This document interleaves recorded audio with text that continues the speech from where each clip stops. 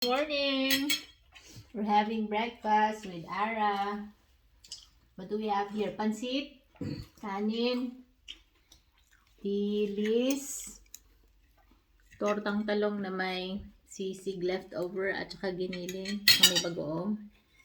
And skabeching isda, no? Apple, sili at saka kape. Sa malamig na umaga. -4 ba tayo kanina umaga? -4. Guys. Kaya ganito kami ang peng namin. Laging balot. Tapos, kape na mainit. Warm water ang aming iniinom na tubig dito. Hindi kaya lang malamig. Lagi kaming giniginaw.